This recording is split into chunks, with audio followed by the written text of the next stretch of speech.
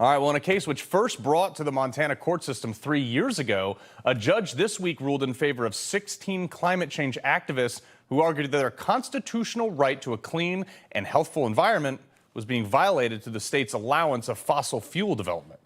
As much as it pains me to say this, score one for the climate crazies, I guess. A spokesperson for the Montana Attorney General released this statement saying, quote, "This same legal theory has been thrown out of federal court and courts in more than a dozen states. It should have been here, or should not have been here as well. But they found an ideological judge who bent over backwards to allow the case to move forward and earn herself a spot in their next documentary." Well, the ruling, though, stems from an interpretation of the Montana state constitution, which does actually read, quote, "The state and each person shall maintain and improve in a clean and healthful environment in Montana for present and future generations." Joining me now to discuss this, the issue, Cenk Uyghur, founder of Young Turks. Cenk, appreciate you coming on for this. This is a complicated issue here, and it goes to the ideological debate of climate change, but my concern, you having a legal background, is damages here. These 5 to 22-year-old individuals walked into court and said, we are somehow damaged, but yet didn't prove any actual damages. Yeah. No, look, I disagree with that. So they had great, compelling testimony about how it has affected their lives, from simple things like when they go hunting with their parents, to fly fishing into Montana, and the impacts. There are two serious economic issues like their farms and how their farms were affected.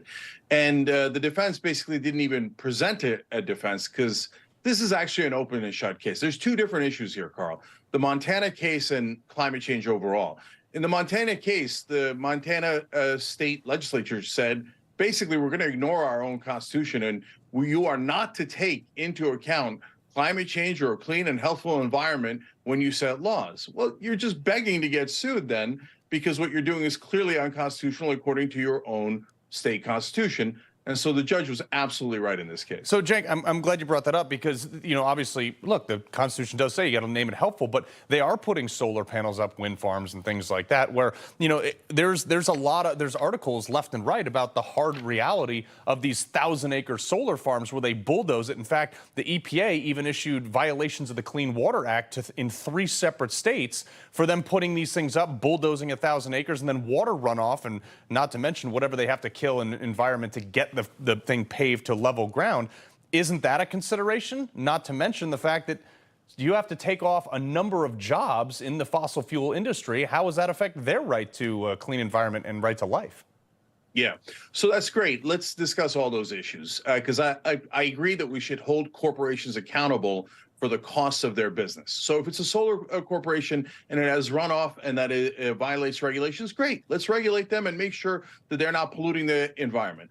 But if we're going to hold the fossil fuel companies to that same standard, the cost of their business is gigantic. So when you have extreme weather events making fires like the one in Maui much more extreme, killing hundreds of people. But is that attributed to fossil fuels? Hold on, let me finish. Flooding in Alaska, Fort Myers being wiped out. Now, I went and talked to those residents in Fort Myers.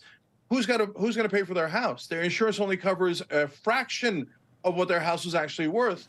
Why don't the oil companies pay for it? Because that's the cost of them doing their business, which is a far greater cost than a runoff from a solar company. But I'm happy to hold both of them accountable. Okay, fair enough. But, Cenk, what measurable data do you have to show, like, hey, this is the study that says all this fossil fuel attributed to, wildfires in wherever, pick a state, California, when in fact we can point to the fact that it actually, in large part, goes to the lack of forestry management?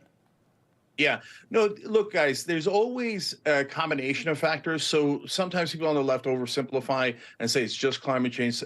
People on the right, in my opinion, way oversimplify and say, no, the oil companies are heavenly. There's no climate change at all. The scientists are all wrong, which I think is, honestly, I think it's nuts. So if you say, hey, there's some issues with forest management, sure, no problem. Let's go fix that. For example, in Hawaii, they let the former sugarcane farms grow too much grassland. And pineapples. Right.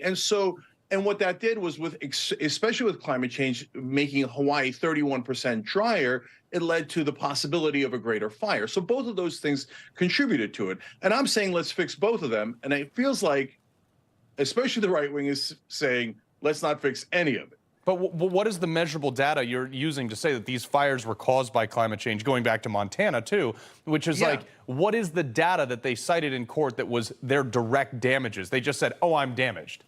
Yeah, no, Carl, there's two different things. Did it cause it, and what was their damages? In terms of did it cause it, their evidence was so overwhelming that Montana didn't even present a defense.